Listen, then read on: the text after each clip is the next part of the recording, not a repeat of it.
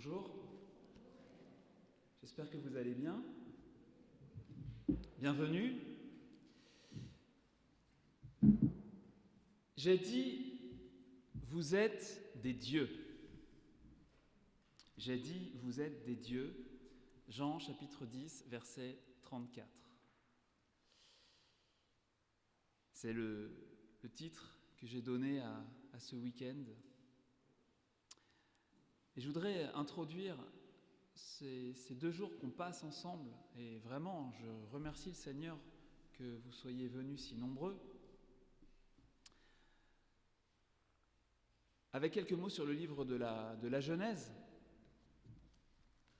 Vous savez, l'un des grands drames de notre époque, c'est que l'on ne sait plus ce qu'est l'être humain. Sans le Créateur, la créature s'évanouit, dit le Concile Vatican II. Or, si l'on veut bien saisir l'enjeu du couple humain, si l'on veut bien saisir l'enjeu, la beauté de la sexualité humaine, eh bien c'est capital de savoir ce que nous sommes. Et oui, ce que nous sommes.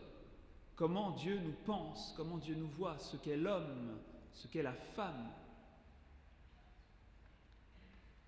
Et c'est à cette condition que nous pouvons contempler le couple humain, leur relation qui est un mystère.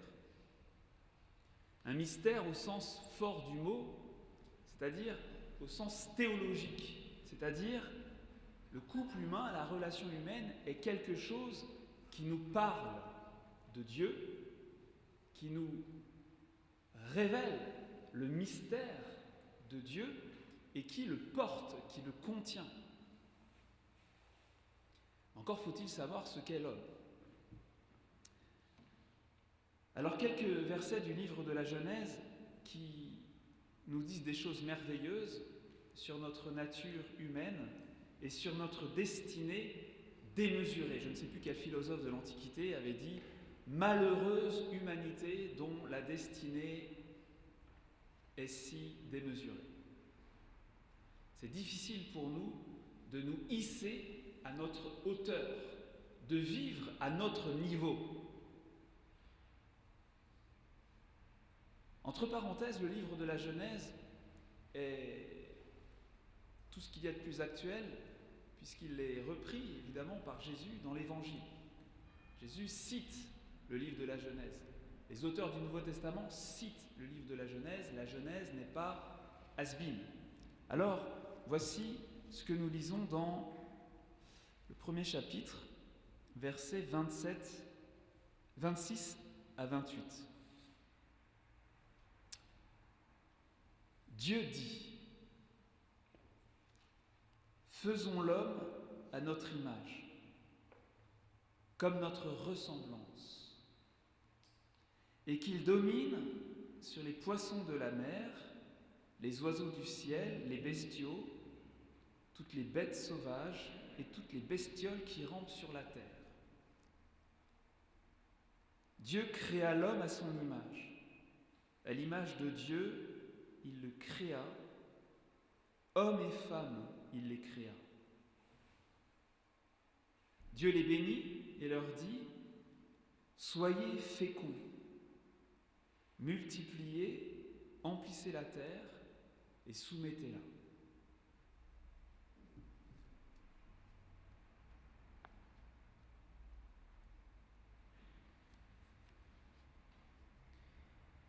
Dans l'encyclique « L'Évangile de la vie » de Jean-Paul II, Evangelium Vitae, nous lisons ceci, qui reprend ces versets de la Genèse.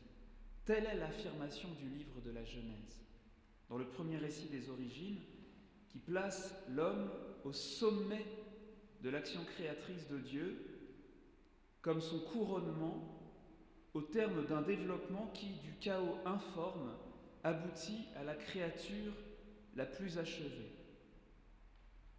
Tout dans la création est ordonné à l'homme. Un message semblable est aussi lancé par l'autre récit des origines, au chapitre 2 de la Genèse. Le Seigneur Dieu prit l'homme et l'établit dans le jardin d'Éden pour le cultiver et le garder. Le primat de l'homme sur les choses est donc réaffirmé. Les choses sont pour lui et confiées à sa responsabilité, tandis qu'il ne peut lui-même, pour aucun motif, être asservi à ses semblables et de quelque manière être ramené au rang des choses. Je poursuis. Dans le récit biblique, la distinction entre l'homme et les autres créatures est surtout mise en évidence par le fait que seule sa création est présentée comme le fruit d'une décision spéciale de la part de Dieu, d'une délibération qui établit un lien particulier et spécifique avec le Créateur. Faisons l'homme à notre image, selon notre ressemblance. La vie que Dieu offre à l'homme est un don par lequel Dieu fait participer sa créature à quelque chose de lui-même.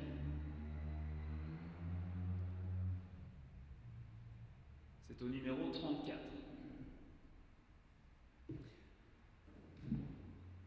Les quelques versets de la Genèse que j'ai lus contiennent en germe tout ce que nous allons dire ce week-end. Et poser un regard chrétien sur le corps, sur le couple humain, sur la sexualité, c'est entrer en réalité dans le regard de Dieu sur l'homme et la femme, le regard que Dieu a posé sur ses premiers enfants. Dieu vit tout ce qu'il avait fait, cela était très bon. Très, très bon. Moi, je vous vois, je vous regarde et je me dis, vous êtes très, très bon. C'est cette affirmation biblique, faisons l'homme à notre image, selon notre ressemblance, hommes et femmes, il les créa. C'est cette affirmation biblique de la création de l'être humain à l'image de Dieu, c'est de là que tout découle. Tout découle et que tout se comprend. Alors, nous devons aller ensemble à la rencontre de Dieu et à la rencontre de l'homme.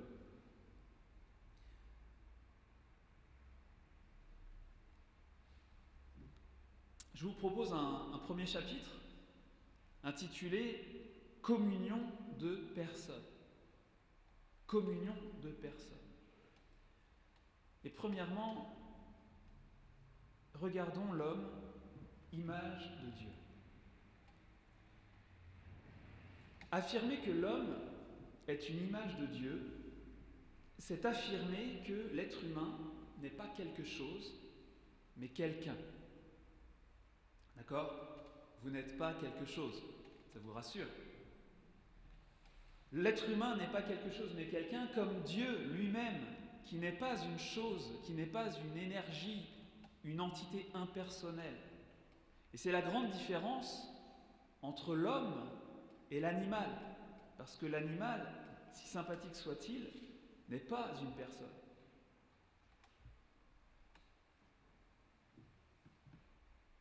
Le livre de la Genèse, dans un style bien à lui, nous montre qu'au début de son existence, Adam se sent seul.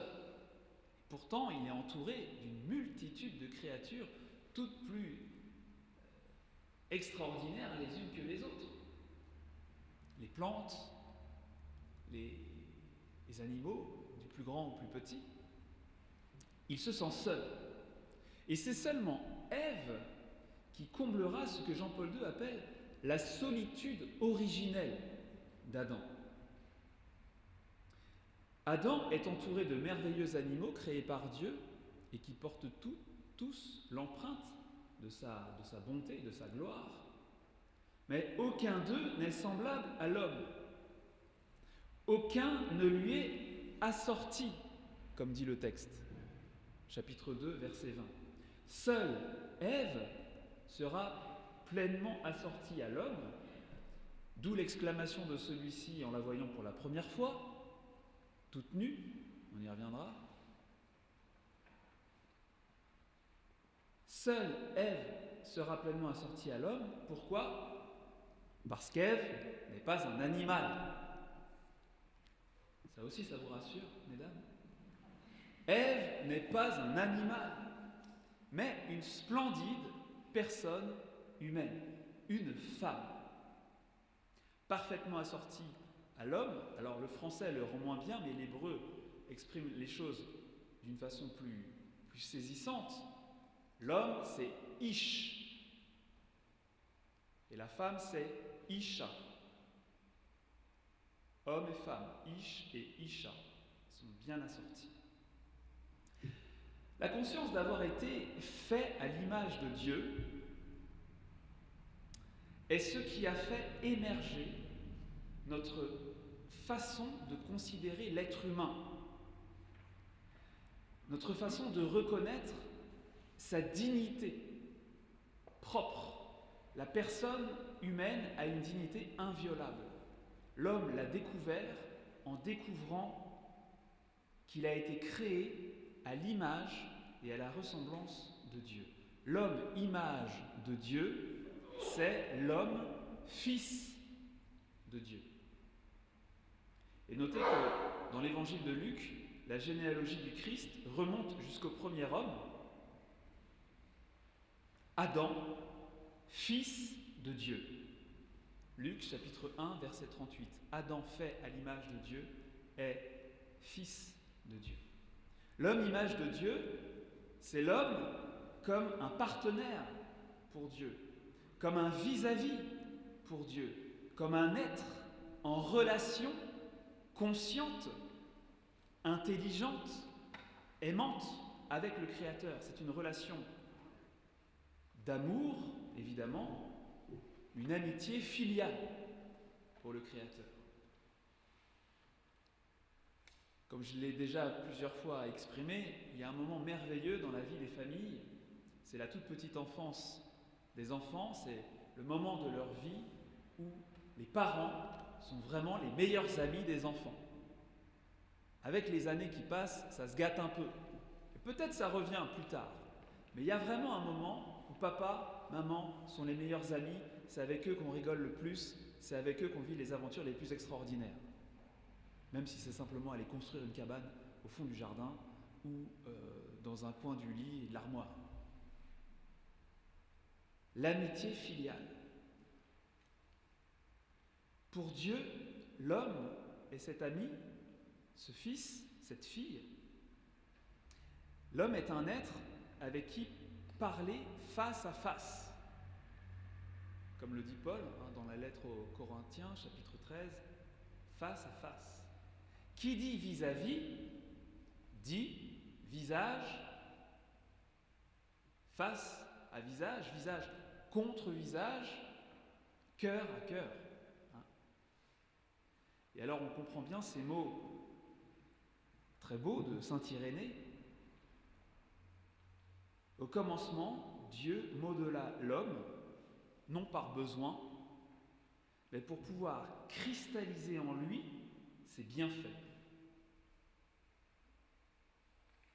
Dieu nous a créés simplement pour mettre le paquet sur nous, cristalliser en nous ses bienfaits.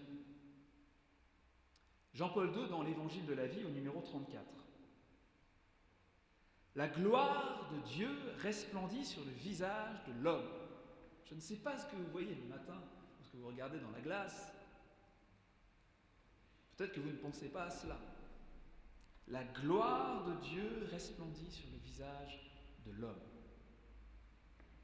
La vie est toujours un bien. Car tout en étant apparenté à la poussière de la terre, et ça on s'en rend bien compte le matin quand on se regarde dans la glace, l'homme est dans le monde une manifestation de Dieu, un signe de sa présence, une trace de sa gloire.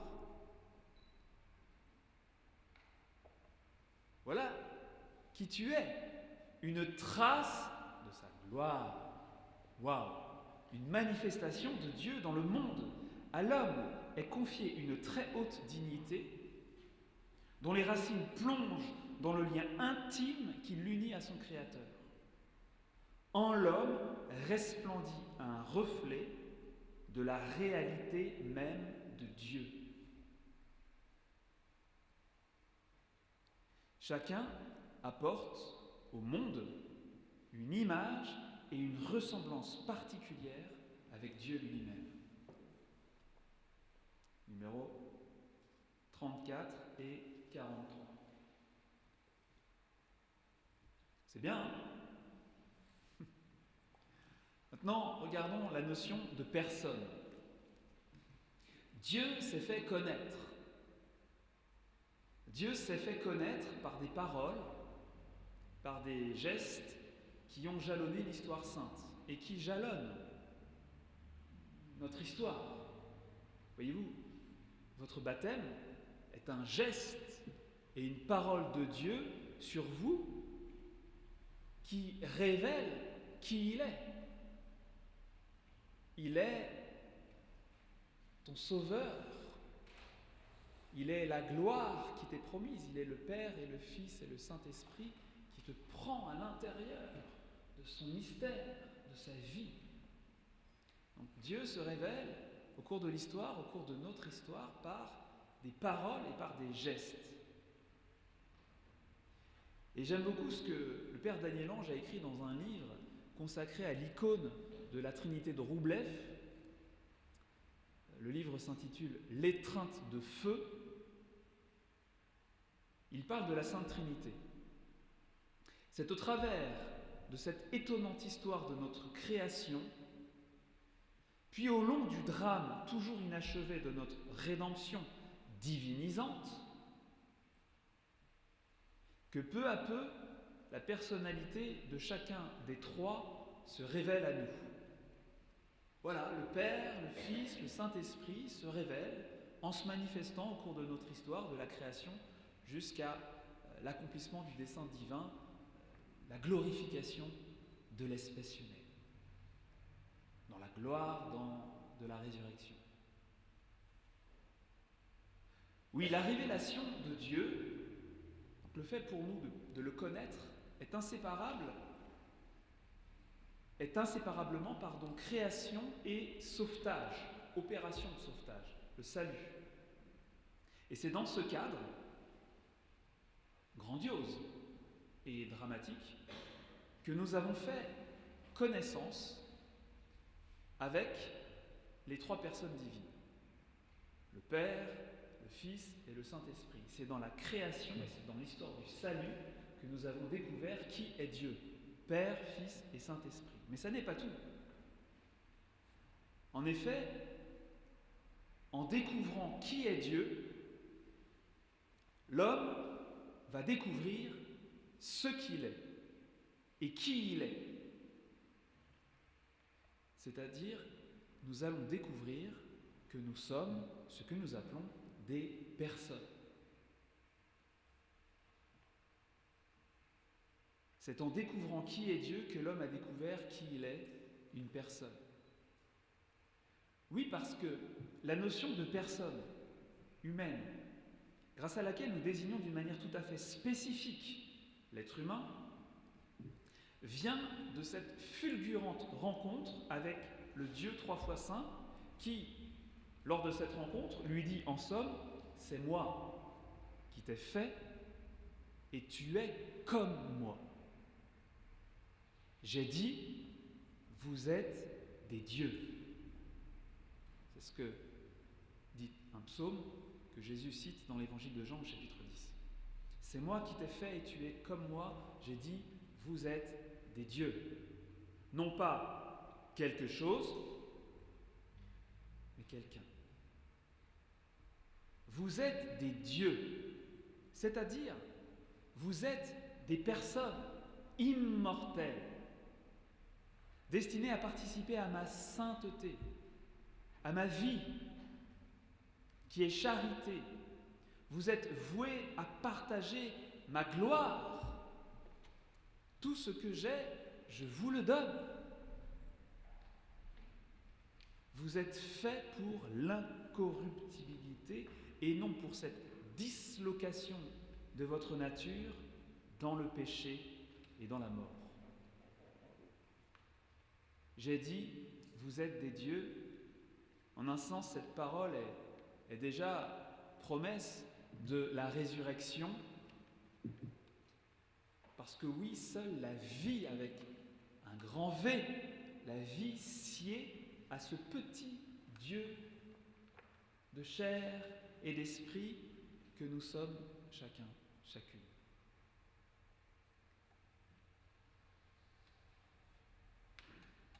Voilà ce que la Bible déjà dit de nous. Si vous connaissez un endroit, un livre, quelqu'un qui dit de l'homme quelque chose de plus grand, eh bien, vous m'en informerez. Le mot « personne » dont nous nous servons pour désigner l'être humain a été forgé par les théologiens. D'abord, pour parler de la Sainte Trinité. Ce mot a été créé pour parler du Père, du Fils et du Saint-Esprit. Les philosophes de l'Antiquité parlaient de l'homme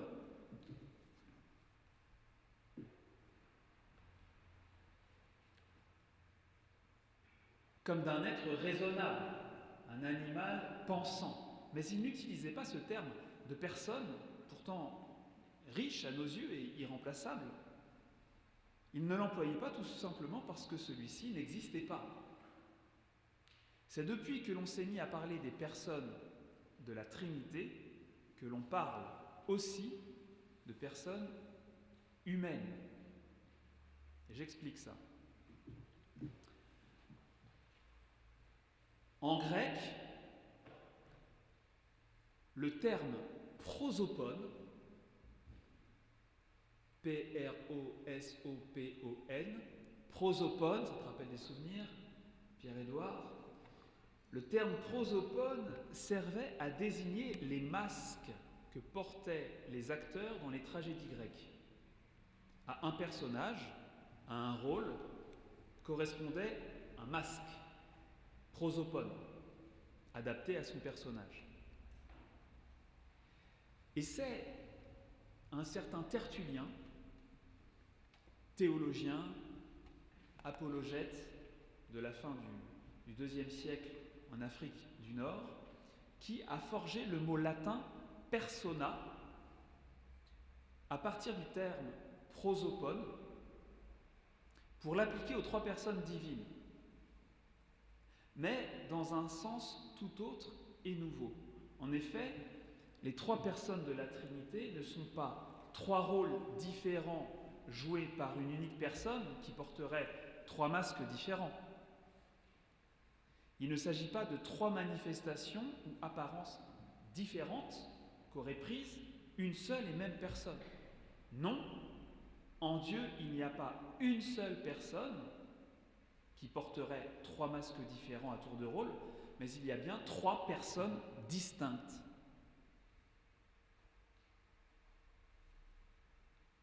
Nous confessons un seul Dieu en trois personnes et non pas trois dieux. Ça va? Et c'est Tertullien, encore lui, qui a forgé le mot Trinitas pour désigner justement ce Dieu unique en trois personnes. Dieu est un et trine. La Trinité est une.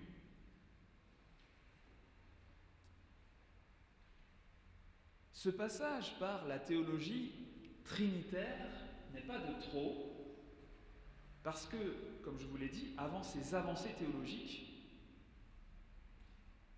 on ne parlait pas de personne, ni divine, ni humaine. Et c'est en découvrant Dieu comme communion de personnes que l'homme s'est connu comme personne faite pour aimer et être aimé. C'est en découvrant le mystère de Dieu qui est amour, c'est-à-dire communion de personnes distinctes, que l'homme s'est découvert personne appelée à la communion. Et on voit déjà alors que le couple humain va découvrir son sens, va découvrir quelle est sa vocation à partir du mystère de Dieu lui-même. Dieu est amour. Puisque l'homme est à l'image de Dieu, alors l'homme est également une personne. Et ici, nous voyons bien que l'être humain, que le couple humain, que la famille humaine ne se comprennent vraiment qu'à partir de Dieu. Contrairement à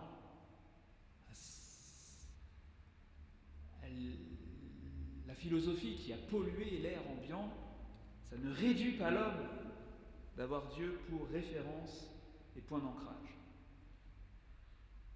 L'homme ne se comprend vraiment qu'en regardant Dieu qui se révèle. Et le Concile Vatican II le dit comme ceci dans la Constitution Gaudium et Spes, la joie et l'espérance, au numéro 22. En réalité, le mystère de l'homme ne s'éclaire vraiment que dans le mystère du Verbe incarné, c'est-à-dire le Fils de Dieu fait homme, Jésus. Image du Dieu invisible, il est l'homme parfait qui a restauré dans la descendance d'Adam la ressemblance divine altérée par le premier péché. Dans les récits de la Passion selon saint Jean, il y a un moment extrêmement beau et émouvant.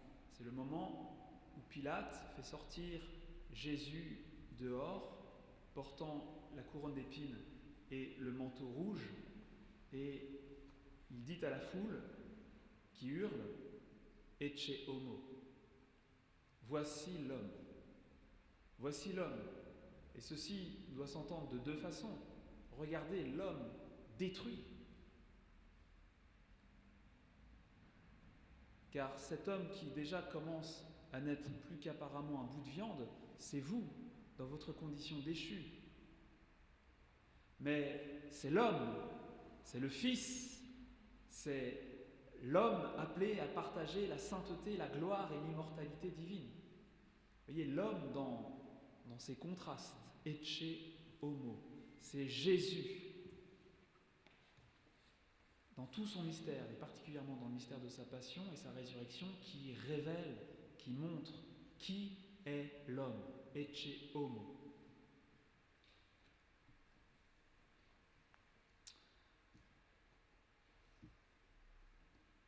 L'homme, image de Dieu,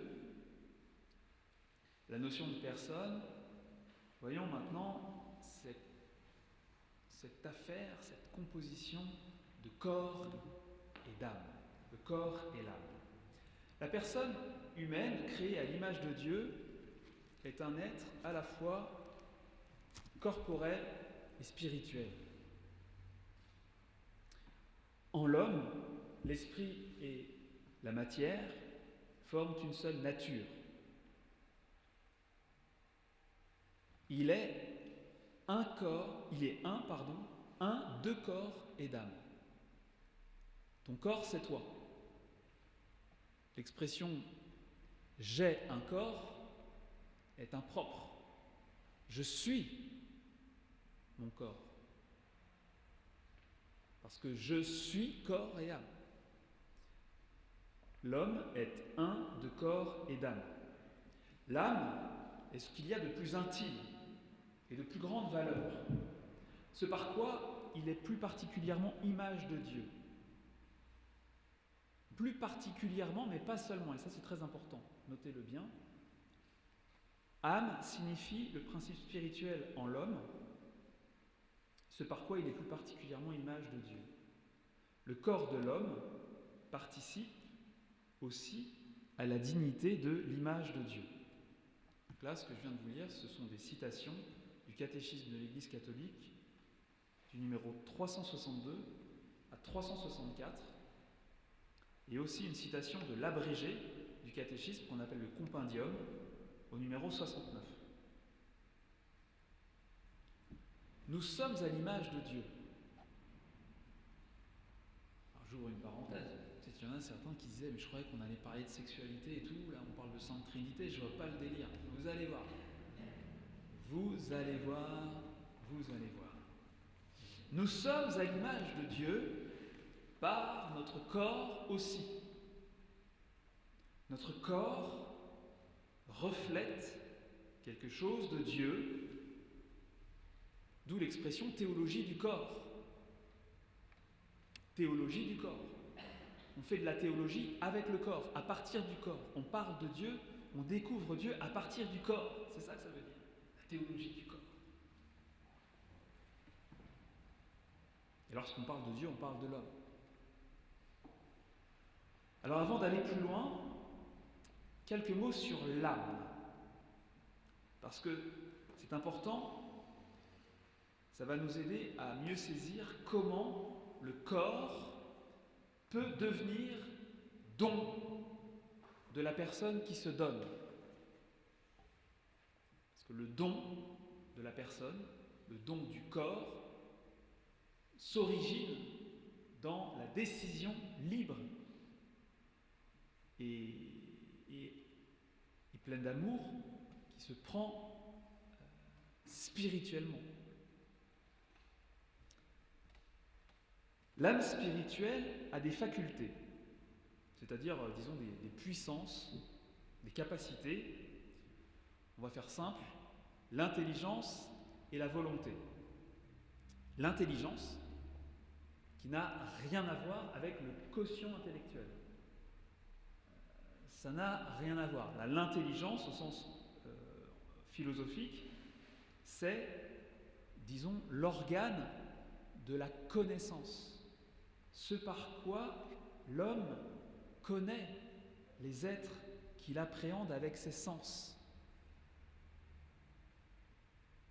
Par mon intelligence, je découvre le vrai, le bon, le bien. Certes, ça va m'aider à résoudre des équations très complexes en mathématiques, mais c'est pas fait pour, c'est pas surtout fait pour ça. La connaissance du vrai, du bon, du bien. Et cette faculté, l'intelligence, se délecte du beau, qui est la splendeur des êtres. Voilà pour l'intelligence. La volonté est quant à elle, disons, l'organe de l'amour. Par elle, j'oriente tout mon être, ma vie, vers ce que je sais, ce que j'ai connu comme vrai, bon, bien, ce qui est aimable et beau. Je le choisis. Prenons 2 exemples. Je sais que ceci est un gâteau au chocolat. Parce que je suis un être intelligent. Je prends et je mange ce gâteau. Ça, c'est la volonté, c'est l'amour. L'amour, pas le plus élevé qui soit, on est bien d'accord. Je sais, autre exemple, qu'il est bien de consoler les malheureux. C'est l'intelligence. Eh bien, je décide de venir en aide à une personne souffrante. Voilà, je mets en œuvre ma volonté, je pose un acte d'amour que j'aurais pu ne pas poser, j'aurais pu ne pas le faire, mais j'ai voulu y aller. Alors nous rencontrons ici 2 notions complémentaires qui s'ajoutent à l'intelligence et la volonté, mais qui ne sont pas comme telles ce qu'on appelle les puissances de l'âme, la liberté et la responsabilité. Toutes 2 sont intimement liées à l'amour. C'est pourquoi je les mets un petit peu en avant maintenant. Elles sont liées au don de soi, au don du corps. Je ne peux pas me donner malgré moi. Ma vie, nul ne la prend, c'est moi qui la donne. La liberté est le pouvoir enraciné dans la raison et la volonté d'agir ou de ne pas agir, de faire ceci ou cela, de poser ainsi par soi-même des actions délibérées. L'acte libre, la liberté est la condition du don de soi. Et cette liberté s'enracine dans l'intelligence et la volonté. Ça va ? Vous comprenez ?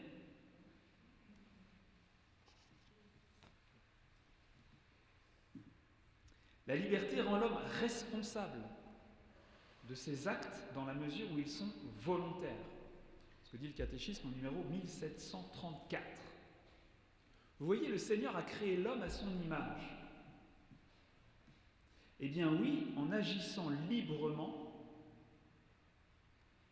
en produisant des actes, nous sommes bien à l'image de Dieu créateur qui a produit, qui a fait une œuvre et dont il se reposera le 7e jour, raison pour laquelle on ne travaille pas, sauf rares exceptions et dispenses, le dimanche et qu'on va à la messe.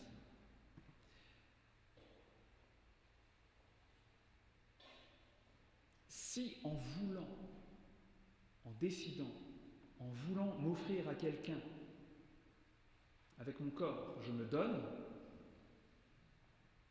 je ressemble à Dieu qui se donne lui-même. On va regarder cela d'un peu plus près. Compte tenu de ce que je viens de dire au sujet de l'âme, il est évident que nos actes délibérés procèdent de là, procèdent de l'âme. Pour autant, ces actions, ces actes, agir, passent par le corps. En particulier, l'amour passe par le corps. Nous sommes des personnes incarnées. L'âme humaine s'exprime dans un corps. En tant que personne, je ne peux agir et m'exprimer qu'au travers de mon corps. Et une certaine Marie Healy, H-E-A-L-Y, que je citerai plusieurs fois, qui a beaucoup travaillé les catéchèses de Jean-Paul II sur la théologie du corps, dit que le corps est le signe visible qui révèle la personne intérieure. Notez bien ça. Le corps est le signe visible qui révèle la personne intérieure. C'est très fort parce que c'est quasiment mot pour mot ce que saint Augustin dit des sacrements. Un signe visible d'une grâce invisible. Et quand on baptise un enfant ou un adulte, on pose un geste, on prononce une parole, c'est visible, c'est sensible. Mais ce que ça produit à l'intérieur de la personne humaine, on ne le voit pas. On ne voit pas le Père, le Fils et le Saint-Esprit descendre sur un petit nuage ou dans un éclair venir habiter l'âme de la personne humaine. On ne voit pas cela. Il y a un signe visible d'une grâce invisible. Eh bien, Jean-Paul II dit carrément que le corps est sacrement de la personne. Le signe visible qui révèle la personne intérieure. C'est-à-dire, disons, voilà quelles en sont plusieurs conséquences. Le corps me rend présent la personne de l'autre. Carla, je te regarde. Tu es à 3 mètres de moi. Je vois ton corps. Eh bien, je suis en ta présence, la présence de Carla, avec sa dignité inviolable, sa valeur inestimable, cette personne qui a commencé un jour à exister au fin fond de sa maman et qui est appelée à vivre pour l'éternité dans la gloire de Dieu. Pleure pas. Voilà à quoi me donne accès le corps de Carla, sa présence corporelle, me donne accès à la personne créée à l'image et à la ressemblance de Dieu, promise à la gloire éternelle, et pour lequel le Christ Jésus a versé chaque goutte de son sang. Ah, tu peux pleurer maintenant. Le corps m'ouvre un accès à l'autre. Le corps me donne la personne, ce que je viens de dire, de l'autre. Le corps me donne l'autre. Et alors on se rapproche un peu des thématiques les plus brûlantes. Si le corps me donne l'autre, il est évident que le contact, le toucher, l'union des corps est quelque chose de grandiose et en même temps d'extrêmement vulnérable. Ce n'est qu'au travers des corps que deux personnes peuvent entrer en contact, en relation. Vous voyez, même penser à l'autre en son absence, même écrire une lettre, ça passe par le corps. Même penser à l'autre. Pourquoi ? Parce que pour pouvoir penser à vous, il faut que je vous ai un jour connu. Il faut qu'un jour je vous ai vu, que je vous ai entendu, que je vous ai fréquenté. Tout cela, ça a été quelque chose de corporel. Et ça s'est imprimé dans ma mémoire et ça peuple mon imagination. Et alors je peux penser à vous. Mais quand je pense à vous, ce n'est pas qu'un acte purement spirituel. Il y a mon cerveau qui fonctionne. C'est corporel, c'est physique. Et puis il y a mes émotions qui vont peut-être se mettre en route selon que vous êtes quelqu'un que j'aime ou quelqu'un que je déteste. Vous voyez, ça va être très différent. Je déteste personne. Ça va être très différent ce qui va se passer dans mon corps quand je vais penser à vous. Penser à l'autre, ça passe par le corps. Écrire une lettre, donc même aimer à distance, évidemment, ça passe par le corps. J'ai appris à lire, j'ai appris à écrire, puis j'ai pris du papier, puis je suis assis sur une chaise.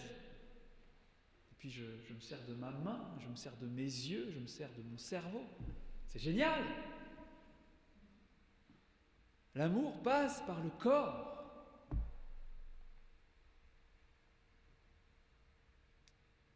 Jean-Paul II, dans sa lettre sur les tâches de la famille chrétienne dans le monde d'aujourd'hui, Familiaris Consortio, au numéro 11,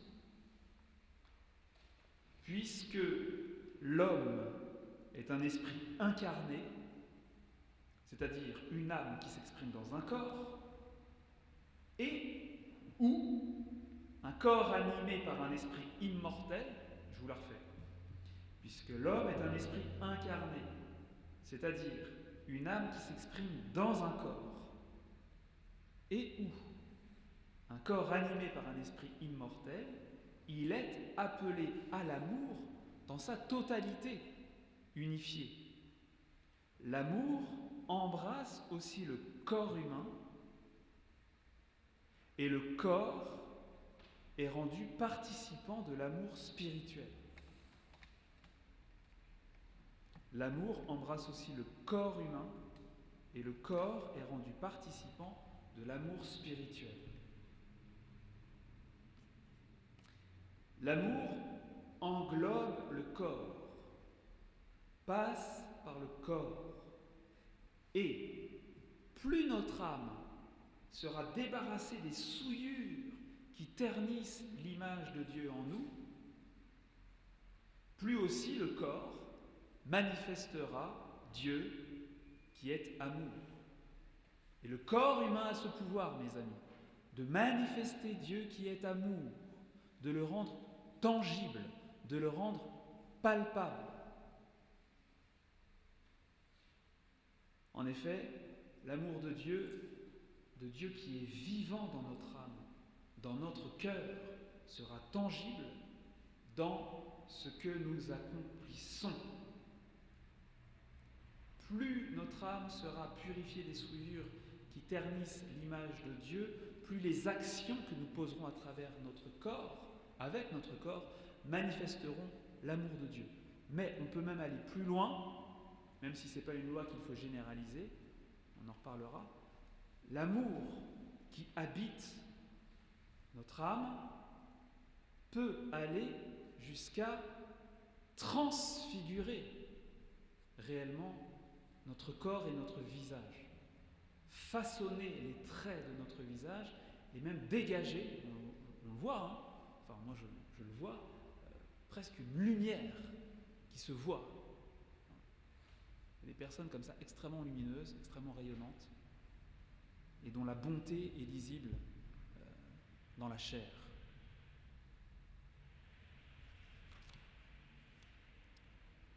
Le corps expose l'amour qui nous habite et nous anime. Mais ça n'est pas tout, et je finis avec ce point. Le corps en lui-même, dans sa constitution, dans sa forme, disons, le corps en lui-même exprime quelque chose du mystère de Dieu qui est amour. C'est en ce sens aussi que nous devons comprendre ces mots bouleversants de Jean-Paul II. Attention, accrochez-vous, accrochez vos ceintures. Le corps est lui seul, est capable de rendre visible ce qui est invisible, à savoir le spirituel et le divin. Le corps a été créé pour transférer dans la réalité visible du monde le mystère caché en Dieu depuis les temps immémoriaux. Je répète. Le corps et lui seul est capable de rendre visible ce qui est invisible, à savoir le spirituel et le divin. Le corps a été créé pour transférer dans la réalité visible du monde le mystère caché en Dieu depuis les temps immémoriaux, c'est-à-dire la communion d'amour des trois personnes divines.